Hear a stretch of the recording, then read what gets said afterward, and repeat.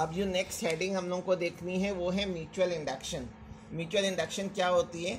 अगर मैं दो कॉइल्स को पास पास रख दूं और एक कॉइल में करंट की वैल्यू को इंक्रीज करूं या डिक्रीज करूं, तो नेबरिंग कॉइल से पास होने वाले मैग्नेटिक फील्ड में चेंज होने से नेबरिंग कॉइल, जिसको हम लोग सेकेंडरी कॉइल भी कहते हैं, इंड्यूस करंट डेवलप हो जाती है।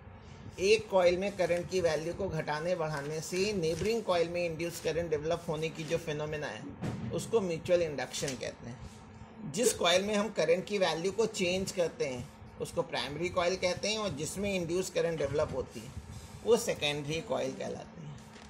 अब म्यूचुअल इंडक्टेंस देखना है क्या होता है, कैपिटल एम सिंबल से लिखते हैं। मैंने सपोज कर लिया है कि जो प्राइमरी कॉइल में जो करंट फ्लो कर रही है वो आईपी है, और सेकेंडरी कॉइल के एक टर्न से linked magnetic flux phi S है। अगर सेकेंडरी कॉइल में total number of turn N S हो तो जो एन एस फाई एस की जो वैल्यू होगी वो डायरेक्टली प्रोपोर्शनल होगी आईपी के। यानी जितना ज़्यादा हम इसमें करंट को चेंज करेंगे उतना ज़्यादा सेकेंडरी कॉइल से लिंक फ्लक्स में चेंज होगा। यानी N S phi S is directly proportional to IP हो जाएगा। और जब इस प्रोपोर्शनल साइन को हटाते हैं तो एक कांस्टेंट लगा देते हैं कैपिटल एम, जिसको म्यूचुअल इंडक्टेंस बोलते हैं या कोफिशिएंट ऑफ म्यूचुअल इंडक्शन। लेकिन फैराडे सेकेंड लॉ से हम लोग जानते हैं कि E इज इक्वल टू होता है minus N delta phi by delta T. Base से मैंने S लिख दिया है। S मीन सेकेंडरी कॉइल में जो इंड्यूस ईएमएफ डेवलप होगा। एन एस फाई एस की वैल्यू इक्वेशन 1 से अगर मैं रख दूँ, 1 से रख दिया तो इससे M का फॉर्मूला आ गया ES upon delta IP by delta T. अगर मैं इसकी न्यूमेरिकल वैल्यू लूँ बच्चों तो साइन को छोड़ देते हैं। अब M को डिफाइन करना है, म्यूचुअल इंडक्टेंस को डिफाइन करना है, तो डिनोमिनेटर को 1 ले लेंगे। यानी the rate of change of current in a primary coil is 1 ampere पर second, then mutual inductance is numerically equal to the induced EMF developed in a secondary coil. अब इसकी यूनिट बतानी है तो देखिए M का जो ये फॉर्मूला है इसमें ईएमएफ है जिसकी यूनिट होती है वोल्ट, टाइम की सेकेंड, और इसकी एम्पियर हो जाएगी। तो वोल्ट सेकेंड पर एम्पियर, और वोल्ट सेकेंड पर एम्पियर को हेनरी भी कहते हैं। ठीक है। अब डायमेंशन ऑफ आपको देखना है। M का डायमेंशनल फॉर्मूला जूल की होती है mL/T-2।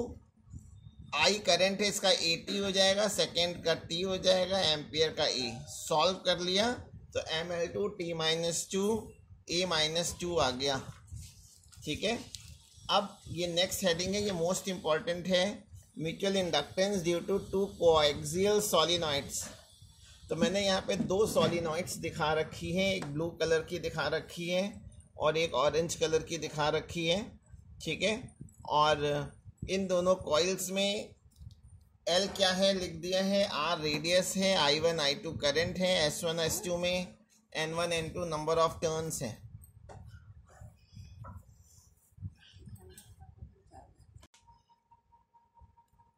ये अब नेक्स्ट हेडिंग हम लोगों को देखनी है, mutual inductance due to two coaxial सॉलिनॉइड्स।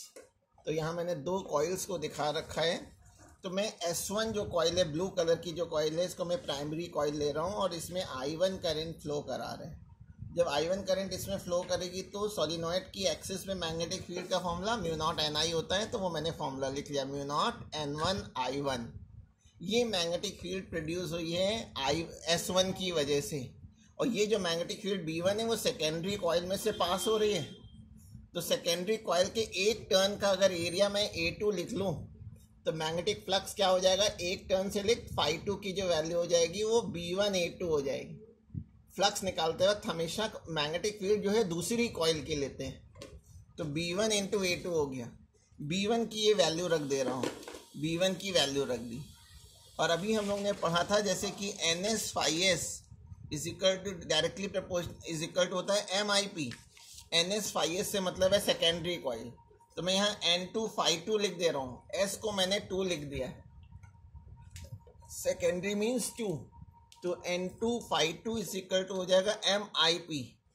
φ2 की वैल्यू इक्वेशन 2 से मैंने पुट कर दी तो दोनों तरफ I1 कैंसिल हो गया, तो ये फॉर्मूला आ गया चिल्ड्रन।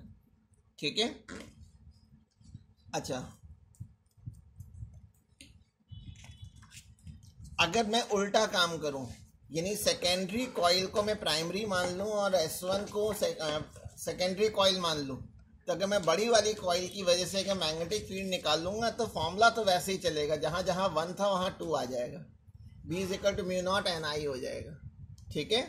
और मैग्नेटिक फ्लक्स फर्स्ट पे निकाल लूँगा तो φ2 = B2A1, B2 की वैल्यू रख दी, A1 की जगह πr² रख देंगे और N1 φ1 = MI2 ले लेंगे और इसमें जब पुट करेंगे तो I2 कैंसिल हो जाएगा, तो ये एक फॉर्मूला आ जाएगा। और दोनों कॉइल, जो छोटी वाली कॉइल की जो एरिया है, मैग्नेटिक फील्ड बस उतनी में से ही पास होगी। भाई बड़ी वाली कॉइल का तो एरिया ज़्यादा है लेकिन इन पोर्शन में मैग्नेटिक फील्ड नहीं है, इसलिए रेडियस की जगह हम लोग जो πr1² था उसमें R1 और R2 आपस में इक्वल होंगे। तो इस एक्सप्रेशन में अगर मैं R1 के जगह R2 रख दूँ तो ये दोनों फॉर्मूले सेम आ जाएंगे। इसीलिए mutual inductance due to one coil due to second equal होता है mutual inductance in second coil due to first. तो ये आपको फॉर्मूला पढ़ना है। ये आपकी mutual inductance due to 2 concentric circular coil, ये बुक का शॉर्ट एग्जाम्पल्स है, इसको आप लोग खुद पढ़ेंगे।